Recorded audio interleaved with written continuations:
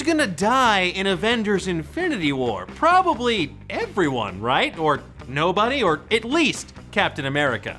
The Avengers have a proud tradition of dying horrifically and usually being resurrected a few issues later. While we have our own theories as who's likeliest to die in Infinity War, today we're gonna look back at a brief history of every time the Avengers have died in the comics. Now, first of all, a quick point of order. To preserve my sanity, this video is going to cover the core Avengers from the 2012 film because they are the ones who are likeliest to bite it in Infinity War given their rapidly expiring contracts. So that is Iron Man, Captain America, Thor, Black Widow, Hawkeye, and the Hulk. Sorry for you people who love the Vision dying, you weirdos. Second, let's get two major comic events out of the way right off the bat. Number one, 1991's Infinity Gauntlet series, in which Thanos basically kills every single Avenger in increasingly horrific ways. And number two, 1996's Onslaught saga, in which nearly every Avenger on this list, except for Black Widow, dies during the fight against Onslaught, who is a malevolent psionic baby formed from the consciousnesses of Professor X and Magneto. I know, it's as dumb as it sounds. In both cases, everyone was brought back to life and the status quos were effectively restored because comics. And spoiler alert, in case the title of this video wasn't abundantly clear, I'm gonna spoil a ton of comics, so if you don't like that, watch it later. Iron Man. Now, Tony Stark might be called the Invincible Iron Man, but he has actually shuffled off this mortal coil once or twice before. In 1995's Avengers The Crossing storyline, Tony Stark was revealed to have been working for Kang the Conqueror the whole time.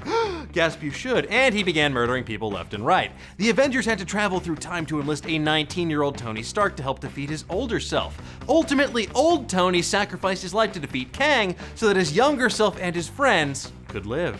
Teen Tony, aka Iron Boy, aka Iron Man, didn't fare much better. While battling one of the worst things to come out of the 90s, the aforementioned Onslaught, Teen Tony sacrificed himself by spearing Dr. Doom and flying the two of them through a portal, presumably dying alongside countless other heroes. Or at least that's what we thought. As it turns out, Franklin Richards, boy genius, created a pocket dimension called Counter-Earth where the heroes secretly survived, and in doing so, Franklin resurrected adult Tony from the Crossing, and he merged with Teen Tony when they both returned to the main Earth 616 continuity. Now, it's not Tony's first time or last time pulling a fast one on the audience either. In a 1992 storyline, Tony suffered nerve damage during a battle with the Masters of Silence, this group of high-tech samurai assassins, and seemingly died on the operating table after defeating them, or so his BFF James Rhodes believed. In reality, Tony put himself into suspended animation until he could get better. And the worst part? He didn't even tell War Machine, who was so pissed at Tony that he ended their friendship and left to join the West Coast Avengers, which is actually the worst Coast Avengers, including Great Lakes. Also, at the end of Civil War II, it turned out that despite suffering wounds that should have killed him, Tony had experimented on his body enough over the years to make him more machine than man, and that allowed him to survive his grievous wounds. While he was effectively dead, he lived on as an alcoholic AI in Riri Williams, aka Ironheart's armor. And yes, you heard me right, an alcoholic AI. He programmed it that way because even in the afterlife, Tony is a huge dick. Captain America. Now, few people in the Marvel Universe have died more than Captain America has. First of all, Cap seemingly died at the end of World War II, but it turned out he was just chillin'. No, literally at the bottom of the ocean, because it's preserved in ice thanks to the super soldier serum in his veins. In 1969's Captain America number 111, Steve seemingly died after being shot by Hydra agents, but it turned out he faked his death to trick people into thinking that Steve Rogers wasn't Captain America after all. You never seen them in the same room together, have you? Cap next bit the dust in 1985's Secret War storyline during a battle with Dr. Doom, in which the not-so-good Doctor uses the Beyonder's cosmic powers to disintegrate poor Stevie Boy, but the Beyonder, who had possessed the body of Ulysses Claw because why hadn't he, managed to bring Steve back only for him to just get disintegrated again. Tough day for a World War II vet. And then he brought him back again because why not? Thankfully, the last time stuck because otherwise it's a pretty horrifying time loop. What is this, the end of Doctor Strange? Spoiler warning. Cap died again during the events of Punisher Captain America Blood and Glory, and in this story, Punisher gets mind controlled and winds up shooting Cap, and by all accounts, Cap is like super dead. They even have a funeral for him. He's gotta be dead, right?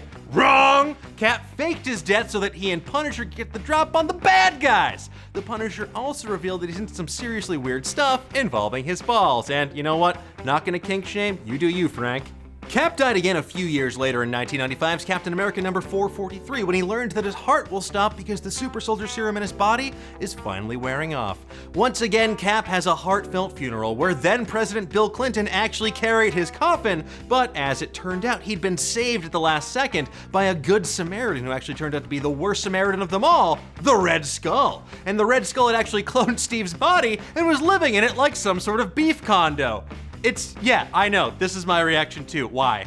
In 2007, Steve died horrifically in the aftermath of Civil War, shot in the back by crossbones after taking a bullet meant for someone else, and finished off by a mind-controlled Sharon Carter where he was deliberately 100% totally murdered and dead forever. And that's what I would say if comics weren't full of the reddest herrings known to mankind. Cap was seemingly dead for a year or so, but in actuality, he was frozen in space and time thanks to whatever weird, dumb comic gun that Sharon Carter used. So mad about that still. Thor. How do you kill a god? The answer, it would seem, is very carefully, or just be insanely powerful like Thanos or the beings behind Ragnarok. It's not just a hilarious buddy comedy, it's also an apocalyptic event that killed Thor during the events of Avengers Disassembled. Ragnarok, which means Twilight of the Gods, comes at long last for Thor and the rest of the Asgardians, and while Thor allows himself to be killed as well as his people, he does so after destroying the gods known as those who sit above in shadow, who have been gaining power from ritually murdering and recreating the Asgardians as part of this Ragnarok cycle. In truth, Thor didn't die, rather he was just hanging out in a void of non-existence where he remained until his former human alter ego, Donald Blake, touched Mjolnir back on Earth and summoned him once more.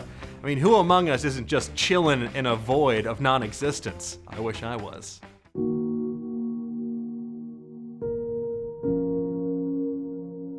During the Fear Itself arc, Thor died in his father's arms after defeating his uncle in single combat who had taken the form of a massive dragon. Of course, Thor wouldn't stay dead for very long. Though all memory of him was erased, Loki and Silver Surfer managed to help rescue him from limbo and bring Thor back to the land of the living where he lost 200 pounds of muscle and now hosts Because Science.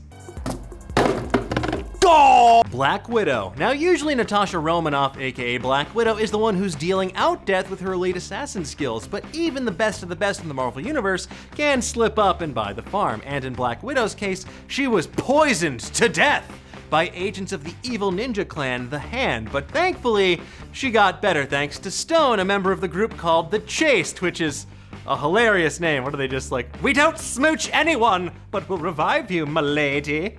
During the events of Secret Wars, Earth 616 was about to be destroyed because another reality was going to collide with it.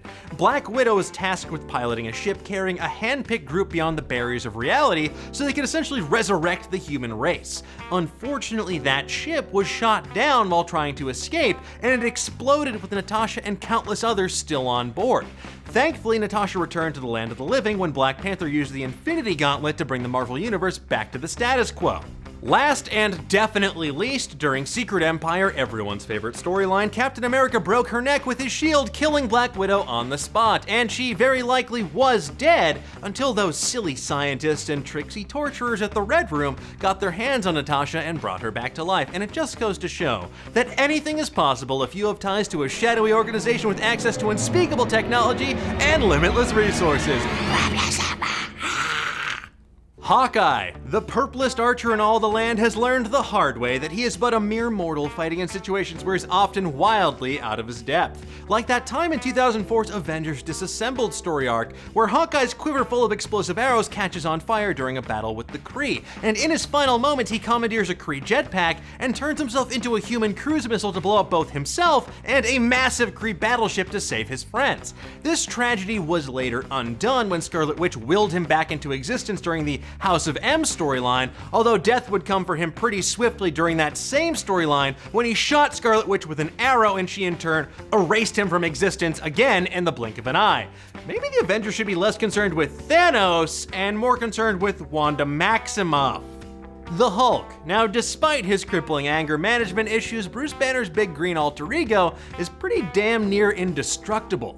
Yet no one is immortal in the Marvel Universe, even characters who are seemingly immortal. Hulk has actually died many times, especially in what-if stories and weird future tales, but most recently, he was murdered in cold blood by someone he trusted dearly.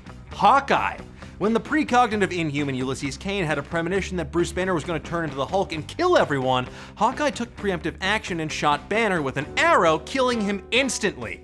Thanos also killed Hulk in a more recent non-Infinity War context. In the Thanos ongoing series, a futuristic version of Thanos stabbed a massive sword through both a de-hulked Bruce Banner and the Silver Surfer, leaving Bruce a lifeless heap on the ground and the Silver Surfer with a porthole in his chest.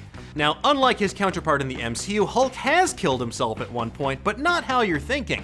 After traveling to the future, Hulk faced off with an evil version of himself named Maestro, who promptly broke Hulk's neck in their first battle and then had Hulk nursed back to health for some reason. Eventually, though, our Bruce Banner prevailed by sending Maestro back in time to the precise moment the gamma bomb that created him detonated, obliterating Maestro and leaving Bruce Banner with yet another thing to be traumatically anxious about. And that is a brief history of the Avengers dying again and again and again in the comics. But tell me, which Avengers comic book death meant the most to you? What would you add to this list? Let me know in the comments below and give me a dead-ass thumbs up while you're there.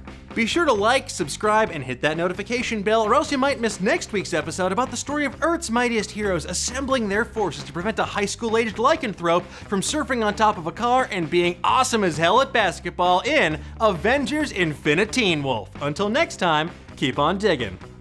Let's open up the old mailbag, shall we? @Sohedra asks, what non-mainstream sci-fi are you looking forward to this year? That's a great question. The non-mainstream sci-fi I'm most excited for would probably have to be, I saw a trailer for this upcoming movie called Upgrade, and it's a near-future cyberpunk story about a paralyzed man whose wife was murdered, and he decides to avenge her death by accepting an experimental augmentation to his body, a computer chip that lets him walk again. But it doesn't just let him walk, because when he lets it take over his bodily functions, it turns him into this one-man army.